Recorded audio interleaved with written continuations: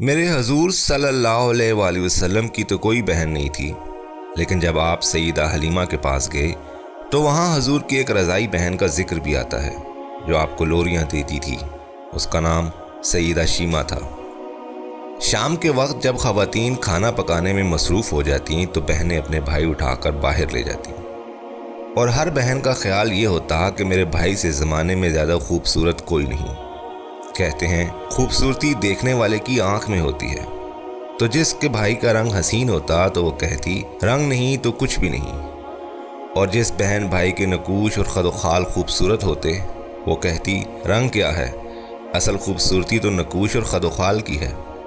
جس بہن کے بھائی کی آنکھیں خوبصورت ہوتی وہ کہتی میرے ویر کی جھیل جیسی آنکھیں تو دیکھو۔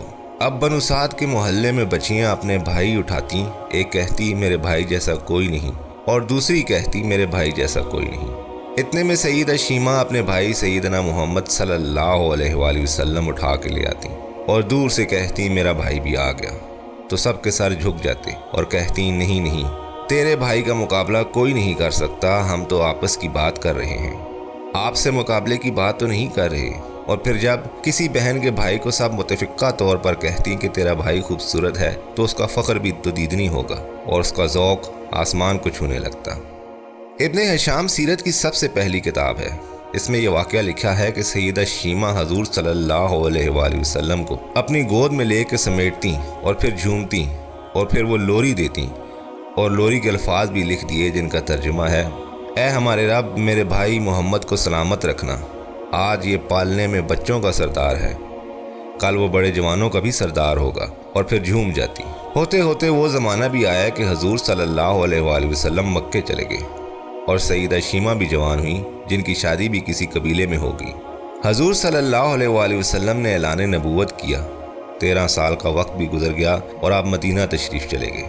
جب غزوات کا سلسلہ شروع ہوا تو جس قبیلے میں سیدہ شیمہ کی شادی ہوئی تھی اس قبیلے کے ساتھ مسلمانوں کا ٹکراؤ آ گیا۔ اللہ رب العزت نے مسلمانوں کو فتح عطا کر دی تو اس قبیلے کے چند لوگ صحابہ کرام کے ہاتھوں گرفتار ہو کر قید کر دیے گئے۔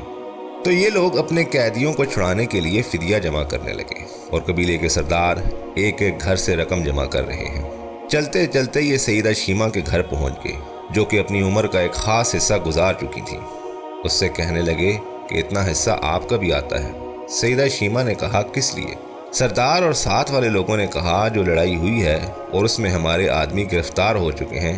باتیں کرتے کرتے کسی کے لبوں پر محمد کا نام بھی آ گیا تو سیدہ شیمہ سن کر کہنے لگی اچھا انہوں نے تمہارے لوگ پکڑے ہیں، کہاں ہیں؟ سیدہ شیمہ نے کہا کہ تم رقم اکٹھی کرنا چھوڑ دو اور مجھے ساتھ لے چلو۔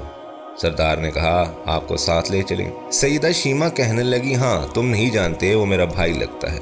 قوم کے سرداروں کے ساتھ سیدہ شیمہ حضور صلی اللہ علیہ وآلہ وسلم کے نوری خیموں کی طرف جا رہی ہیں اور صحابہ اکرام ننگی تلواروں سے پہرا دے رہے ہیں۔ یہ مکی دور تو تھا نہیں، مدنی دور تھا، اور سیدہ شیمہ قوم کے سرداروں کے آگے جب بڑھنے لگیں تو صحابہ نے تلواریں سونتی اور پکارا او دیہاتی عورت رک جا، دیکھتی نہیں آگے کوچہ رسول ہے، آگے بغیر اذن کے جبریل میں نہیں جا سکتے، تم کون ہو؟ تو سیدہ شیمہ نے جواب میں جو الفاظ کہے ان کا اردو ترجمہ یہ ہے میری راہیں چھوڑ دو، تم جانتے نہیں میں تمہارے نبی کی بہن لگتی ہوں۔ تلواریں جھک گئیں، آنکھوں پر پلکوں کی چلمنیں آ گئیں، راستہ چھوڑ دیا گیا۔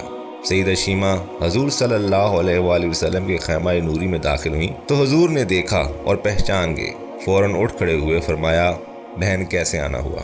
کہا آپ کے لوگوں نے ہمارے کچھ بندے پکڑ لیے ہیں، ان کو چھڑانے آئی ہوں۔ حضور نے فرمایا بہن تم نے زحمت گوارا کیوں کی؟ پیغام بھیج دیتی، میں چھوڑ دیتا، لیکن تم آ گئیں، اچھا ہوا ملاقات ہوگی۔ پھر حضور نے قیدیوں کو چھوڑنے کا اعلان کیا، کچھ گھوڑے اور چند جوڑے سیدہ شیمہ کو تحفے میں دے دیے، کیونکہ بھائیوں کے دروازے پر جب بہنیں آتی ہیں تو بھائی خالی ہاتھ تو بہنوں کو نہیں موڑا کرتے۔ حضور صلی اللہ علیہ وآلہ وسلم نے بہت کچھ عطا کیا اور رخصت کرنے خیمے سے باہر تشریف لے آئے تو صحابہ کی جماعت منتظر تھی۔ فرمایا اے صحابہ آپ جانتے ہیں کہ جب بھی میں قیدی چھڑا کر آتا ہوں تو میری یہ عادت ہے کہ آپ سے مشاورت کرتا ہوں، لیکن آج ایسا موقع آیا کہ میں نے آپ سے مشاورت نہیں کی اور قیدی بھی چھوڑ دیے، آپ جو چاہیں کریں۔ تو صحابہ نے عرض کیا کہ حضور مشاورت کیوں نہیں کی؟ ارشاد تو فرمائیں۔ فرمایا میرے دروازے پر میری بہن آئی تھی۔ دوستو امید ہے کہ یہ معلوماتی ویڈیو آپ کو بہت پسند آئی ہوگی۔